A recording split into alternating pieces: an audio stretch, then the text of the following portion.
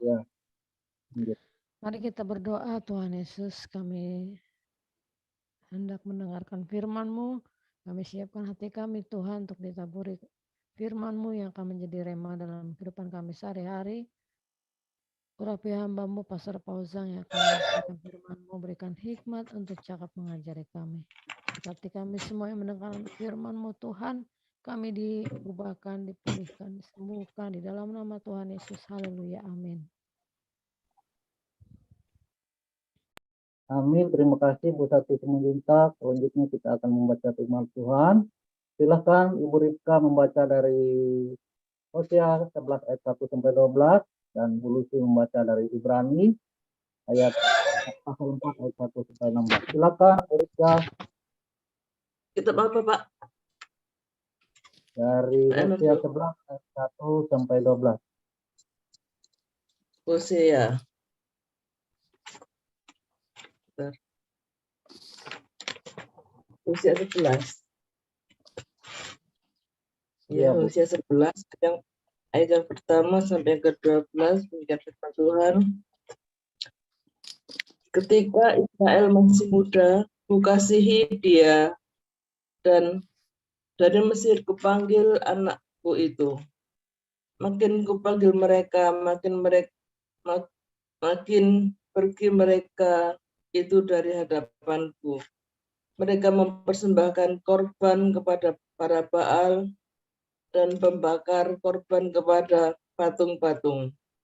Padahal aku telah mengajar Efraim berjalan dan mengangkat mereka di tanganku. Tetapi mereka tidak mau insaf bahwa aku menyembuhkan mereka.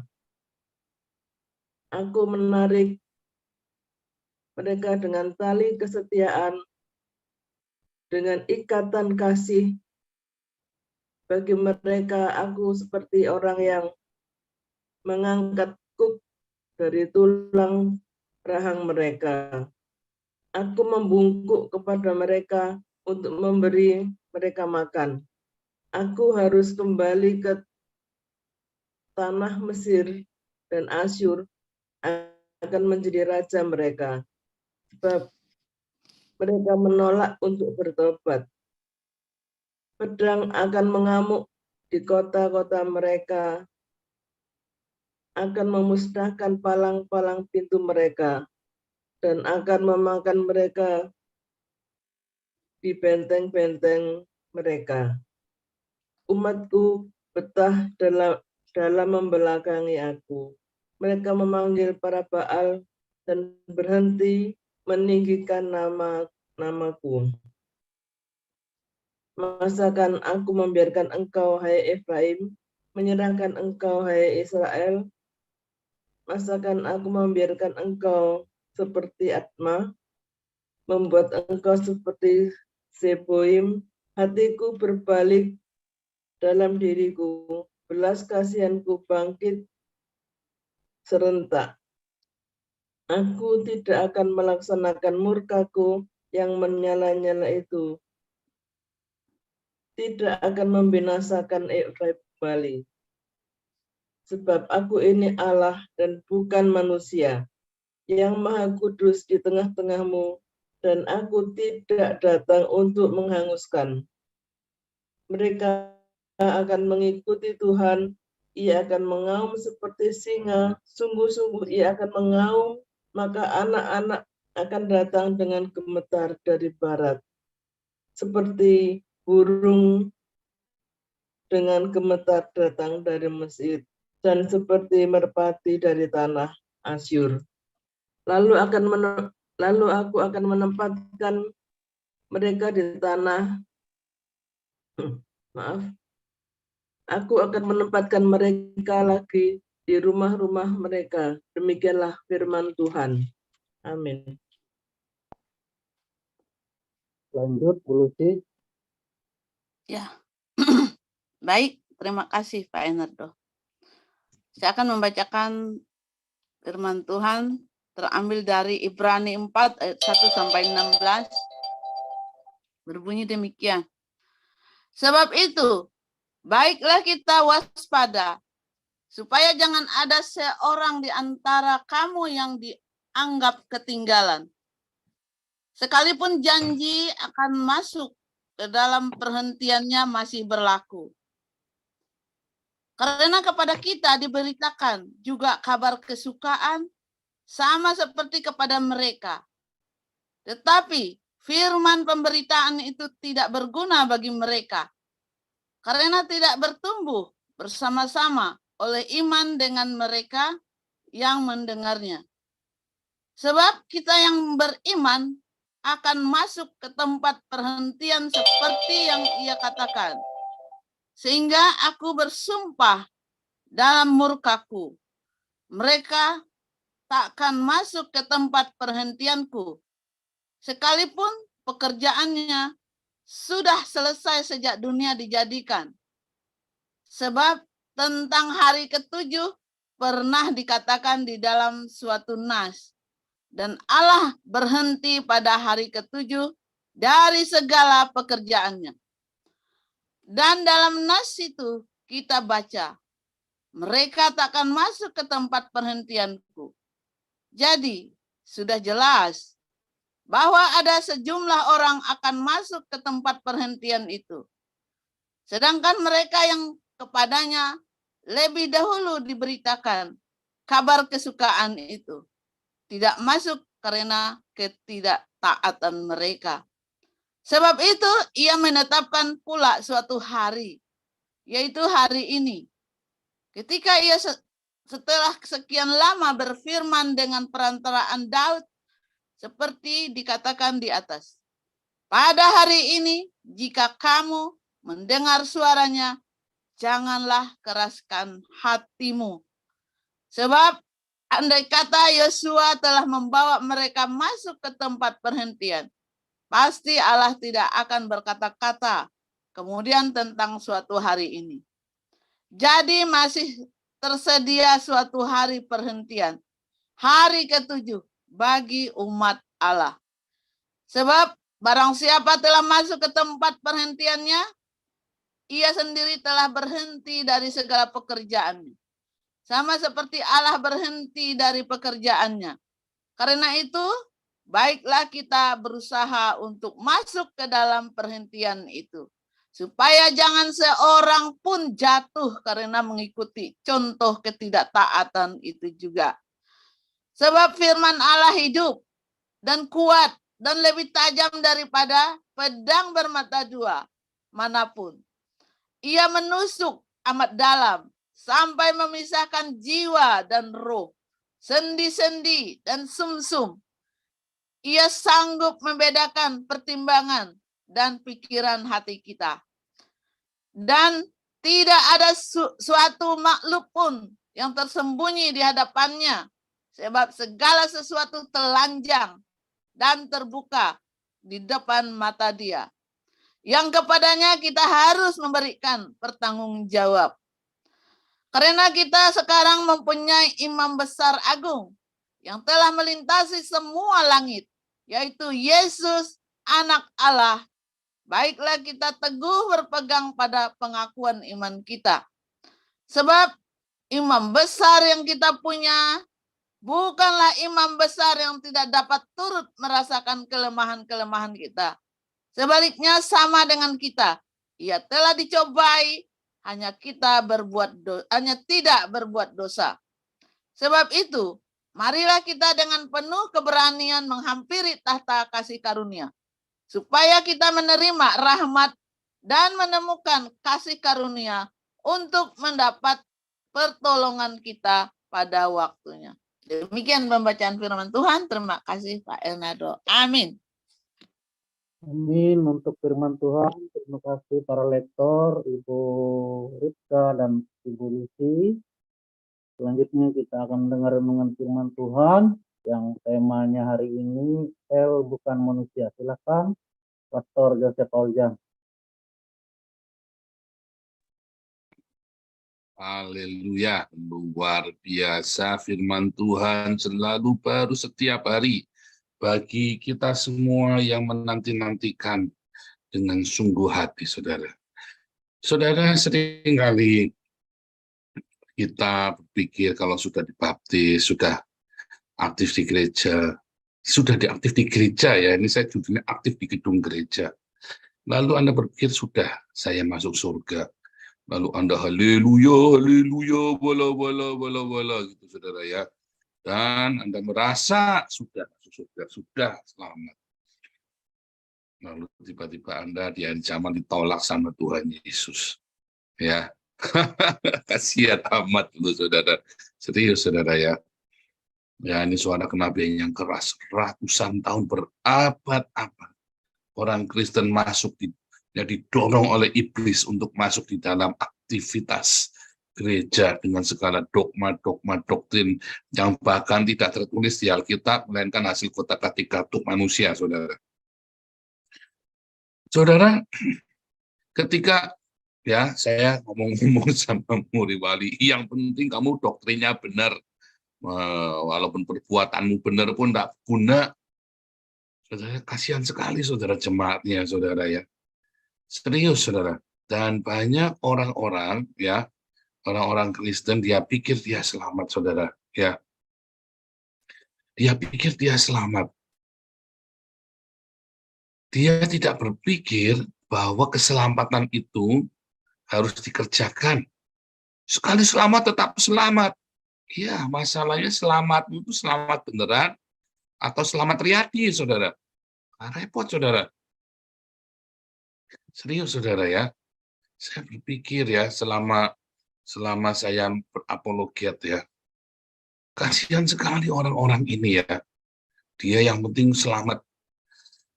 Saudara, dari orang-orang yang saya baptis, enggak semuanya lahir baru, saudara. Dari beberapa tahun saya berinteraksi dengan mereka, kemudian saya tahu mereka belum lahir baru. Kita nggak bisa paksa, saudara. Bahkan Rasul Yohanes pun punya satu murid, yang muridnya itu kembali ya, jadi perampok ya, saudara ya. Tapi akhirnya bertobat ya, karena didatengin sama Yohanes. Setelah berapa tahun kemudian didatengin sama Yohanes ke sarang perampok itu ya, perampokan kejam ya, pembunuh berdarah dingin, didatengin sama Yohanes, akhirnya bertobat ya, saudara ya. Akhirnya bertobat lagi. Nah, namun saya sangat concern sekali ya dengan keselamatan Anda, saudara. Ketika Anda sudah dibaptis, ya, terutama yang baru dibaptis, dan tentu saja bagi Anda yang sekarang ini sudah lama dibaptis. Nah, dulu saya sering bertanya ya, jangan-jangan bahkan di kelas apologetik, evangelis apologetik, saya suka nanya, jangan-jangan yang di kelas ini belum selamat loh, belum lahir baru loh. Saudara, perjuangan kita ya di dalam kehidupan kita setelah dibaptis, setelah kita mengaku tidak, ya kan? Sekarang kan anak lu cuma mengaku Yesus adalah Tuhan, nggak akan dibunuh, saudara. Nggak ada masalah. Nggak seperti di zaman para rasul, kamu mengaku Yesus adalah kurios, wah itu taruhannya nyawamu, saudara. Makanya nggak mungkin orang nggak sungguh-sungguh berani ya mengaku Yesus adalah kurios.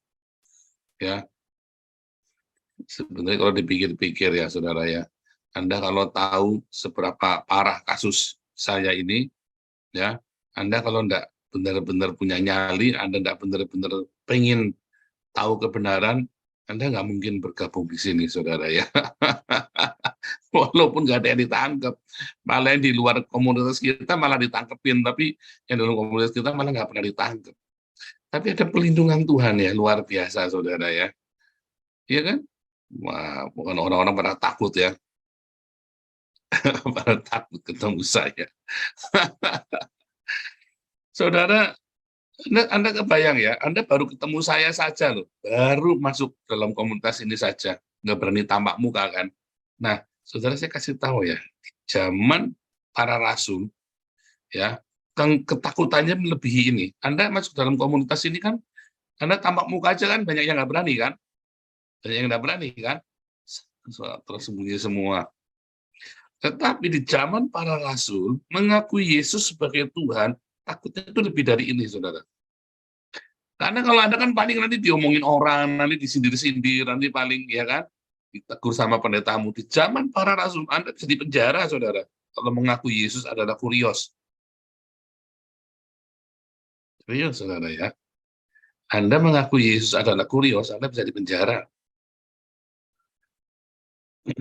Kedua, ya, di zaman nanti ketika antikris menyatakan dirinya, Anda mengaku Yesus adalah Tuhan dan mati di salib, Anda bisa masuk penjara, saudara. Ya, oh sebentar lagi waktu itu, saudara ya.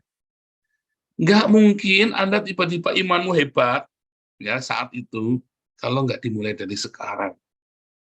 Iman itu ditumpuk, iman itu ya dibangun dari sekarang. Ingat 5 gadis yang bodoh, 5 gadis yang bijak. Mengapa 10, 5 saya belum tahu, saudara. Ya saya sedang doa sama Tuhan. Tuhan kenapa 5 ya? Kenapa 10 ya jumlahnya ya? Jangan kotak-katik katuk, saudara ya. Kan kotak-katik. Kalau mau di kotak-katik katuk ya bisa. Oh itu Torah. Atau oh inilah itu kotak-katik katuk, saudara ya. Enggak. 5 gadis bodoh. Pokoknya ada ya, ada 5, saudara ya. Nah, orang-orang yang tidak siap mempersiapkan minyaknya, nggak punya cadangan minyak, ya, dia mau mendadak beli, nggak bisa, saudara, ternyata nggak keburu. Jadi saat nanti antikristus itu datang, saat Tuhan datang, ya, dalam waktu, kalau antikristus datang, berarti Tuhan datang juga, saudara, dalam waktu 3,5 tahun, saudara ya. Maka paling lama 7 tahun, ya, tergantung tafsirannya ya. Paling lama 7 tahun, tapi menurut saya 3,5 tahun, menurut yang saya baca. Maka dalam 3,5 tahun itu banyak iman yang gugur, saudara. Nggak main-main, saudara. Anda yang kelihatannya hebat-hebat ini bisa gugur, saudara. Karena iman itu dibangun sedikit demi sedikit, urapan, ya, Roh Kudus yang ada di dalam hidupmu yang jadi iman itu. Iman datang dari rema itu adalah Roh Kudus, ya kan? Itu Anda harus kumpulkan setiap hari, saudara. Setiap hari. Kalau Anda tidak kumpulkan, ketika Tuhan datang, Anda nggak siap, saudara. Ketika sebelum Tuhan datang, kan antikristus dulu. Kamu nggak siap, saudara. Karena imanmu saat ini, ya, iman kita saat ini adalah iman yang sangat rapuh sekali, saudara. Nggak langsung punya iman yang kuat ketika kita lahir baru. Ya, bahkan Anda dicekoki dengan Oneness Trinitas, saudara, yang nggak ada gunanya sama sekali. Sama sekali nggak ada gunanya. Lalu buat apa? Kemudian, ya, Anda masuk di dalam kehidupan. Kalah kan nyatanya kan? Nyatanya kalah, saudara. Buktinya apa? Buktinya Anda berutang sana, berutang sini. Buktinya apa? Anda ngemis sana, ngemis sini, minta sana, minta sini. Buktinya apa? Buktinya Anda ceraikan pasangan hidupmu. Buktinya apa? Buktinya kamu tidak pernah menang dalam pergumulan hidupmu, dalam setiap konflik hidupmu. Mengapa? Karena kamu tidak bangun iman itu dari sehari ke sehari, saudara. Anda tidak mau mencoba mendengar firman, lalu iya Tuhan tak tekatin sisan. Kalau misalnya nggak terjadi, ya mati. Nah, Anda nggak berani begitu, saudara. Padahal ketika Anda sudah berani begitu pun, itu baru awal dari iman yang benar, saudara. Anda yang masih berutang sana, berutang sini, stop. Tekatin. Kalau mati gimana? Kalau bangkrut gimana? Ya sudah. Mau tekatin, saudara. Kalau Tuhan tidak tolong gimana? Ya tidak apa-apa. Gimana? Pokoknya saya mengikuti kehendak Tuhan. Anda yang biasa minta-minta, stop. Anda yang biasa fitnah sana, fitnah sini, trik-trik sana, trik sini, ya serakah dengan donasi, stop. Jalanin, saudara. Serius, saudara ya. Tidak mungkin, saudara. Semua perintah Tuhan itu mungkin. Apa yang Tuhan perintahkan, logosnya itu di dalam Alkitab, ya, Itu sangat mungkin ketika kita lakukan. Dan jangan takut kalau sehari-hari Anda sudah benar responnya. Tidak akan ada pencobaan yang aneh-aneh dalam hidupmu. Anda hanya perlu berjalan bersama Tuhan, yaitu logos dan berdiakonia. Terus dalam proses Anda mengasihi, mengampuni, memberkati. Logos, diakonia, mengasihi, mengampuni, memberkati. Supaya Anda jangan aneh-aneh, pencobaannya rendah hati. Sangkal diri, pikul salib. Ya kan, tambahannya kan itu kan. Itu kan rumus. Mengasihi, mengampuni, memberkati. Sangkal diri, pikul salib. Itu bolak-balik Tuhan Yesus ajarkan. Diakonia lagi. Logos, baca lagi, dengar firman Tuhan. Terus, simple. Logos, diakonia, ya. Sangkal diri, pikul salib, mengasihi, mengampuni, memberkati. Tiap hari dalam hidupmu ada seperti itu, saudara. Ketika sisa-sisa masa lalu mengejar masih. Ya kan, saya masih mengejar masa lalu. Walaupun hari ini ya sudah relatif nggak ada, saudara ya. Tetapi di zaman pertama-tama saya melayani, wah itu saya di-haunted benar ya. Saya sangat dibayang-bayangi ya. Sampai saya takut, saudara ya, masa lalu itu menghadangi saya. Tetapi akhirnya masa lalu itu selesai, saudara. Saya biarkan. Kalau ada orang mengingatkan saya masa lalu saya, ya kalau ada setan lewat mengingatkan saya masa lalu saya ingatkan dia masa depannya, saudara, di neraka. Dan orang-orang yang suka menuduh dan mengungkit masa lalu kan hanya setan, saudara. Ya kan? Lalu, bagaimana itu bisa mungkin? Karena Tuhan yang memberi perintah itu sudah ngelakoni perintahnya sendiri, saudara. Imam besar kita, Yesus Kristus, bukan imam besar yang cuma omdo, saudara, yang cuma ngasih perintah-perintah tapi tidak lakukan. Ia sendiri turun sebagai manusia, ia lakukan, saudara. Apa yang ia perintahkan. Ia beri contoh, dikasih tahu ini loh caranya. Ketika semua manusia bilang tidak mungkin, dia bilang mungkin. Aku merasakan yang kamu rasakan. Dicoba, saudara. Takutnya itu hanya sebentar, saudara. Pergumulannya itu hanya malam itu untuk kamu memutuskan. Kamu jalanin, dah lega hatimu, saudara. Siapa hari ini lagi dikejar-kejar utang, lalu Anda buka tutup lubang? Hadapin, saudara. Siapa hari ini Anda yang sedang dalam kekurangan, lalu Anda minta sana, minta sini, ya, malak sana, malak sini, hidupmu ya jadi pengemis donasi. Ya. Oh, di embun pagi ada, kalau Anda butuh makan, butuh pakaian, ya, butuh sembako, dan benar-benar Anda lagi mepet, butuh pertolongan, ya, telepon embun pagi, ya. Tetapi jangan habis telepon embun pagi Anda telepon satu-satu semua, ya, list apa yang dari telepon satu-satu dimintai uang semua 500.000, kemudian Anda kumpul dapat 5 juta sampai 10 juta dari hasil. Oh enggak. Nanti kamu akan masuk di dalam bencana yang lebih lagi, terpuruk yang lebih lagi, saudara. Karena Anda hatinya enggak kolu kan, untuk menjalani, dilakoni begitu, enggak kolu hatinya, saudara. Lihat kan? Anda enggak kolu, saudara. Saya juga begitu dulu awalnya. Aduh, nanti gimana, nanti gini, nanti gini. Jalanin, saudara. Disiplin itu. Kalau kamu sudah tahu itu setahun, 2 tahun, nah kamu naik lagi, saudara. Jangan terus balik lagi. Orang sekarang percaya saya bisa utang sana sini. Utangmu sudah lunas, orang mentang-mentang orang percaya kamu bisa utang sana, utang sini lagi. Akhirnya kamu masuk lagi. Karena Anda lulus sekarang, diulang-ulang terus, saudara. Disiplin, rendah hati, sangkal diri, pikul salib. Jangan bergaya, kalau Anda sudah lolos yang ini, jangan terus ditimpa lagi. Masalahnya kan petakilan kita ini, saudara. Pengennya apa, saudara? Pengennya kita pamer. Berkali-kali saya contohkan kepada Anda, hidup kami yang sederhana, saudara. Ya, saya tidak malu ngomong sama Anda, saya beli pakaian bekas. Saya pakai pakaian bekas. Saya tidak malu, saudara. Saya contohkan kepada Anda, ya, saya yang tinggal di Eropa saja pakai pakaian bekas, ya. Jangan takut, jangan malu, saudara. Ya, jangan takut, jangan malu. Jalanin semua itu bersama dengan Tuhan, saudara.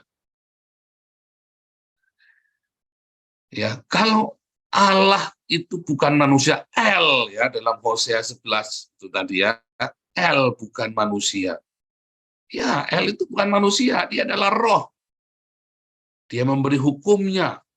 Tetapi Tuhan Yesus itu manusia yang merasakan kelemahan-kelemahan. Tuhan Yesus inilah ya yang menunjukkan bahwa perintahnya itu tidak mustahil. Disiplin dari surga itu tidak mustahil. Jalanin seberat apapun, ya, seberat apapun. Saya tunjukkan kepada Anda, saya beri contoh kepada Anda. Ya, bahkan ketika saya, kalau nggak terjadi, saya sampai diludahi, saudara, sama kroco, saudara. Jalanin, karena masa itu saya selesai, maka ada kemuliaan mulai datang, saudara. Responmu benar dalam konflik, dalam masalah itu, maka kemudian kamu akan mendapatkan penuaian itu mulai. Kalau sudah begitu, Anda jaga fit terus, on the track terus, jangan goyang. Anda goyang lagi, yang ngulangin lagi, bongkar, saudara. Ya, simpel sekali hidup ini. Kalau ini kamu jalanin tiap hari, tiap tahun, urapan itu ada di sini mengalir. Tuhan datang, kamu siap, saudara. Kamu hari ini mati pun kamu masuk surga. Karena hidupmu sekarang sudah di surga. Kamu sekarang hidupnya masih di neraka, masih di Hades, ya. Mati pun masuk Hades. Waduh, kasihan amat. Jalanin, ambil keputusan hari ini, saudara. Jangan tunda-tunda. Aduh, itu semua yang kamu pikirkan itu bohong, ilusi semua.